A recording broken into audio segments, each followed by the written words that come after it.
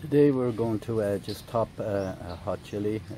This one is Carolina Reaper, and it's a very simple process. I just count the leaves. I usually come up here and the Y on it. There's kind of a bit of a Y here. If I cut there, on that part there, can you see there? If I cut there above that, I'm leaving about 6 full leaves. Now after a week or two, then I will take off these big leaves because all the new growth. So I just come in either there or there, but on this one I'm just going to come in there and chop off.